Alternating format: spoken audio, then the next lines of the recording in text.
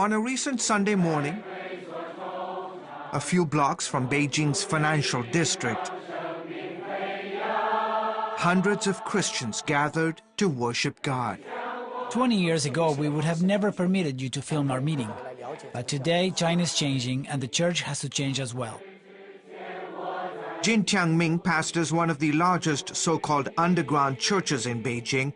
This is the first time since founding his church 17 years ago that he's opened the service to cameras. We worship in secret for years. We were spread out across the city, meeting in different people's homes. Then a couple of years ago, the church decided to come out of hiding. They rented space in a small office building and began meeting together in one location. Liu Gan is an elder in the church. We brought all the small house churches together in one place, even though it was a huge security risk. But this was an important first step. Next, they went public. We felt that God was calling our church to be a city on a hill, a light on the mountaintop. To do this, we had to open up. Members began openly inviting non-believers to the meetings. The church began to grow. Liu says some 1,000 people regularly attend the weekly service, and often it's standing room only. In my church, we gathered so many members of Christians. They all have the passion. They want to be a good witness to the society. Such open proselytizing is still forbidden in China.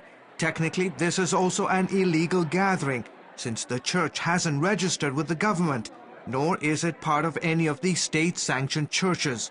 But the authorities have chosen to turn a blind eye. Today is Communist China's new and global manifesto, militant and menacing. It's a far cry from the dark days of the Cultural Revolution, when authorities burned churches, temples, and mosques to the ground.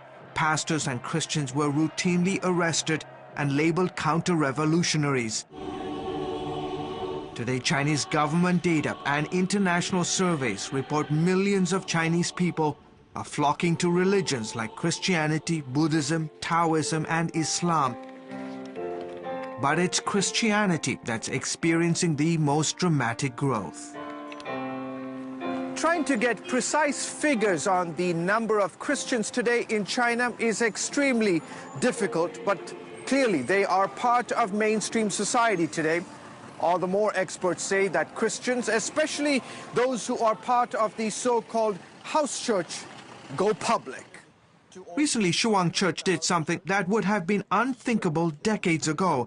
They began holding secret talks with government authorities in Beijing, including with members of the city's security bureau. In our perspective, we are making progress, and we are having dialogue with them better and better. But this is a church that has faced its share of challenges. You see, a couple of years ago, they were looking for a new home, in essence, because they were growing so fast.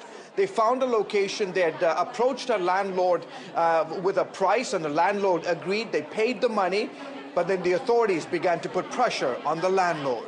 The government didn't want us to move into this new location, so they started harassing the landlord not to sell us the property. On November 1st, 2009, in the middle of a bitter winter storm and with no suitable place to meet, 500 members of Shuang Church met in an outdoor park to worship and publicly protest the government's pressure.